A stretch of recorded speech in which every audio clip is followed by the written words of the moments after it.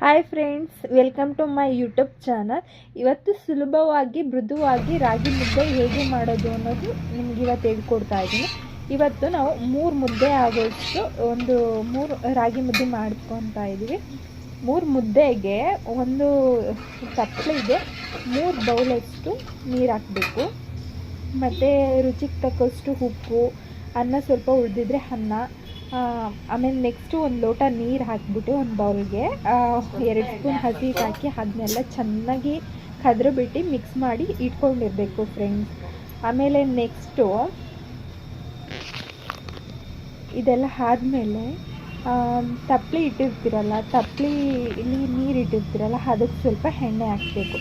ಈ ಎಣ್ಣೆ ಹಾಕೋದ್ರಿಂದ ಗಂಟು ಬೀಳೋದು ಸ್ವಲ್ಪ ಕಡಿಮೆ ಆಗುತ್ತೆ, ಗಂಟು ಬೀಳಲ್ಲ. ಮತ್ತು ನೀವು ಕೊಟ್ಟರೆ ಕಾಯಿಸ್ಕೊಂಡು ಇಟ್ಕೊಂಡಿರ್ತೀರಲ್ಲ, ಆಮೇಲೆ ನೆಕ್ಸ್ಟ್ ಇದ್ರೊಳಗೆ ಹಾಕಬೇಕು. ಹಾಕಿದ್ಮೇಲೆ ಒಂದು 5 ನಿಮಿಷ ಚೆನ್ನಾಗಿ ಕುದಿಯಲಿಕ್ಕೆ ಬಿಡಬೇಕು. 5 ನಿಮಿಷ ಆದ ನಂತರ ನೀವು 3 ಬೌಲು ನೀರು ತೊಗೊಂಡಿರ್ತೀರ ಅಲ್ವಾ, ಅದಕ್ಕೆ 1.5 ಬೌಲಷ್ಟು ಹಸಿಟ್ಟನ್ನ ಹಾಕಬೇಕಾಗುತ್ತೆ ಫ್ರೆಂಡ್ಸ್.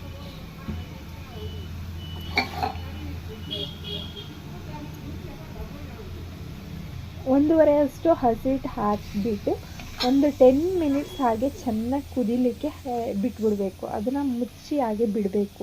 ಆವಾಗ ಏನಾಗುತ್ತೆ ಅಂದರೆ ಒಳಗಡೆಯಿಂದನೇ ನೀಟಾಗಿ ಬೇಯ್ತಾ ಬರುತ್ತೆ.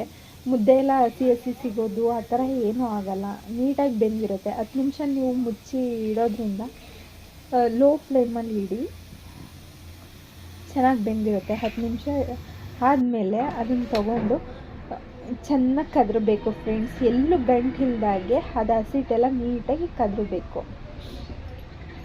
ನೋಡಿ, ಈ ಥರ ನೀಟಾಗಿ ಕದರುತ್ತಾ ಬರಬೇಕು ಫ್ರೆಂಡ್ಸ್.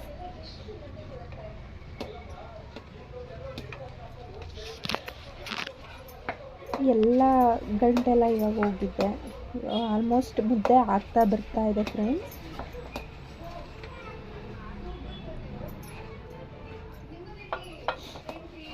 ಒಂದು ಗಂಟು ಇಲ್ದಾಗೆ ಹಸಿಟ್ಟು ಎಲ್ಲೆಲ್ಲಿ ಕಾಣುತ್ತೆ ಅಲ್ಲೆಲ್ಲ ನೀಟಾಗಿ ಈ ಥರ ಮಾಡ್ತಾ ಬರಬೇಕು ಫ್ರೆಂಡ್ಸ್.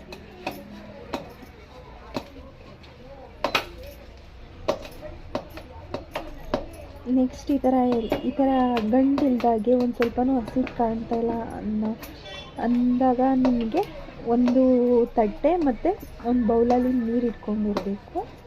ನೀವು ಫಸ್ಟು ತಟ್ಟೆಗೆ ಒಂದು ಸ್ವಲ್ಪ ನೀರಿಂದ ಅದನ್ನು ಸವರ್ಬಿಟ್ಟು ಇಟ್ಕೊಳ್ಳಿ. ಯಾಕೆಂದರೆ ನಮ್ಮ ಮುದ್ದೆಗೆ ನೀಟಾಗಿ ಸ್ವಲ್ಪ ಅದು ರೌಂಡ್ ಶೇಪಲ್ಲಿ